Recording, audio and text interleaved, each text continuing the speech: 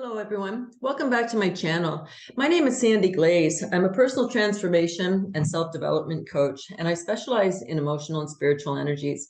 And what I wanted to talk about today was dysfunctional patterns we use in communication. And one in particular is gossip. And I refer to gossip as the weaponization of the tongue. Gossip hurts. Gossip is designed to elevate. So I want to share a bit about gossip, my views on gossip.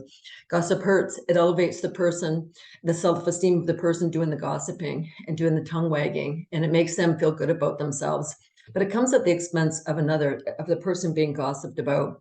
Gossiping about another is a way of falsely esteeming yourself as the individual doing the gossiping, and that involves putting down the other person. It never talks about complimenting the person behind their back. It's usually about saying something rude about them or something that's not true to give them a sense of power over the individual. Gossip makes the gossiper untrustworthy and is cowardly at the least, and it is emotionally damaging at its worst. It interferes with other people's ability to relate and communicate with another individual because the person doing the gossiping needs to control the narrative. If you've used the strategy of gossiping before, or you continue to do so now, just stop it. It's not helping anybody, especially yourself.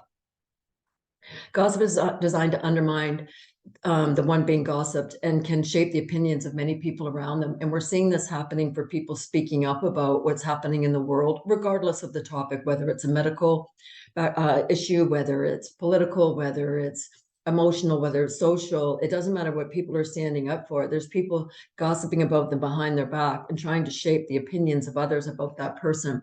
If you don't want to hear what that person has to say, don't listen to them. But it doesn't give you the right to put them down and shape others' opinions against them to make yourself feel good about yourself. Gossip is particularly offensive in intimate relationships. And I just went through this with some people I was coaching, and she was trying to put down her partner and gossiping about him behind his back. And it took me a while to figure out what the game was. But once you start figuring out what the game was, I told her I was going to tell him what she had said about him. And all of a sudden she started getting really upset. And so the point I'm making with this, if you're gossiping about your partner behind your back, one, you're betraying the intimacy in your personal relationship. You're also undermining your partner with others. So if you're gossiping to your friends and family about what your partner's doing, that is automatically going to drop them in the eyes of the people who you're gossiping to. So if you knew without a doubt that your partner was going to find out that you gossiped about them behind their back, would you still do it? Would you still do it if you knew it was going to come back on you 100%? And there's a saying that it's easier to ask for forgiveness than permission. That's not always the case. Sometimes if you knew you were going to gossip about somebody and it was going to cause a false impression to be made upon others about that person, if you knew you were going to get called out on it, would you continue? Would you still do it? Would you not do it? Would you not do it because you didn't want to get yourself into hot water? Then that's pretty much a self-serving agenda. So it's really important that we ask ourselves and start to look at our motives for why we're gossiping. So that is a great self-test. Ask yourself, if you knew your partner was going to find out what you said about them behind their back, if you knew that beforehand, would you still do it? Would you still spread the gossip about them? We live in a time of incredible emotional immaturity. And for relationships to be amazing, they need to reflect on how we are being encouraged to treat each other and to respect each other. And we have to make adjustments accordingly if that's what's not happening.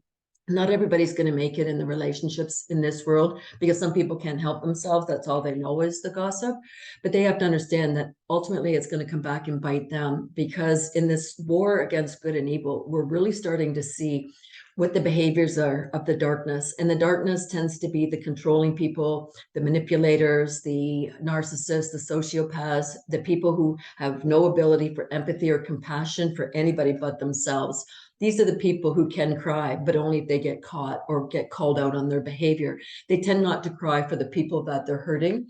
So part of the emotional maturity that I see us moving into is going to be taking responsibility for our thoughts, our actions, and our words. And when we take responsibility for what we say, we start to change the narrative a little bit, and we raise the standard for what we expect for people around us and ourselves.